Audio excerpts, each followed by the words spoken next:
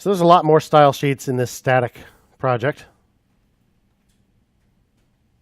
Some of them have names of components we've already made, like chat header, message list, message form, message. Some not so much, like metadata. What's that supposed to be? Well, let's look at our HTML. Let's look at static.html, see if we can find something with a class of metadata, since that seems to be the pattern I follow. Here we go. Div class metadata. Okay, so it's this stuff.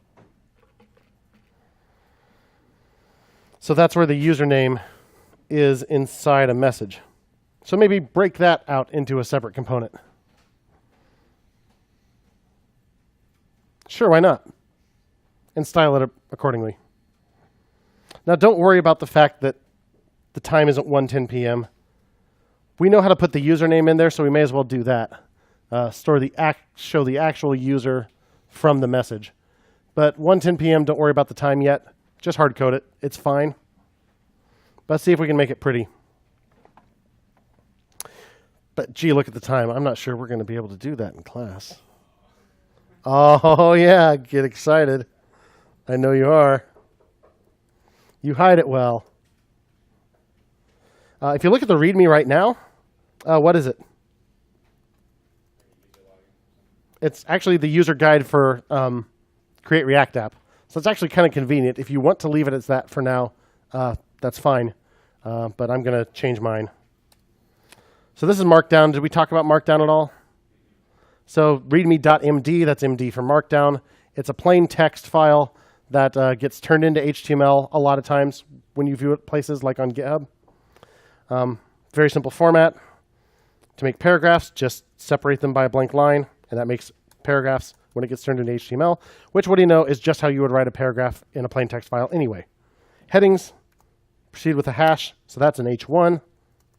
Chaturang, an H2 would be 2 of those. Day 6 homework, and yeah, as you're scanning through the document, those lines with the hashes kind of stand out. So that's a good way to mark a heading. Bulleted lists, just prefix them with a star, just like you would, right? That's how you would make a bulleted list in a plain text file. Totally works. If you want to use dashes instead, totally works. That's how you make a UL in Markdown.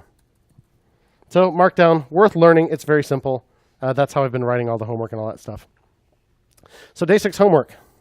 Create and style more components based on the chat static content. There should be approximately 1 CSS file in that project per component that you'll make. We may make more components than that, but that's a good start. And we'll skip straight to super mega bonus credit hyperfighting, because the next thing is complicated. But I know you can do this. I know you can create all these components. So let's just paste this in, since I already wrote it all out this morning. Make a sign-in component with a form that takes a username. Don't bother making it take a password yet. Just put a username thing in there. And when the form is submitted, save that user in the state of the app component. When state.user is not set, show the sign-in component. When state.user is set, show the main component. So if you do this, that means when you first load it up, you'll have to initialize user to something other than what it is now. Don't hard code a user in there. Make it empty. And then it'll show you the sign-in component, type something in the form and submit it, and all of a sudden it'll show you main. So that's what I want you to do. Make a form that updates app state with a user. Hide and show it. Your hint is you need to figure out how to do conditional rendering, which we did see in the React.js docs there briefly. So do you get what I'm asking you to do? Yeah. So basically what we've been doing in class is what the regular homework is. Right. What we just did the sidebar, yeah. Spoiler alert. You will not be able to do all the styles this way. So don't drive yourself crazy. Let's find one that I know won't work. Where's one that won't work?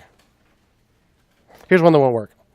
So any things with pseudo classes or pseudo elements. So if you see a colon there, you're not going to be able to make that work this way. We'll learn a way to do that tomorrow. Hover, you won't be able to make it work. Or you'll have to go to a lot of trouble to make it work. So don't worry about those things. But everything else, keep in mind, you'll need to be able to understand the selectors. So like this is an A that is inside an LI that is inside something with a class of room list. So you'll need to be able to understand those selectors to make it work. My gosh, it's only 4:25. You guys are eager. I'm giving you hints. All right. Are we good? Get the homework? All right.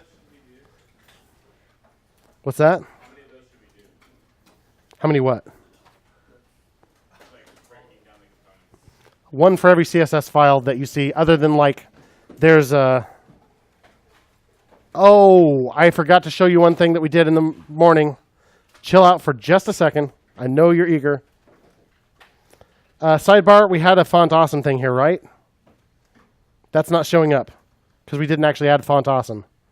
So if you look at the static version in static.html, whoops, you'll see the script tag up here for it, for font awesome, in the head of static.html.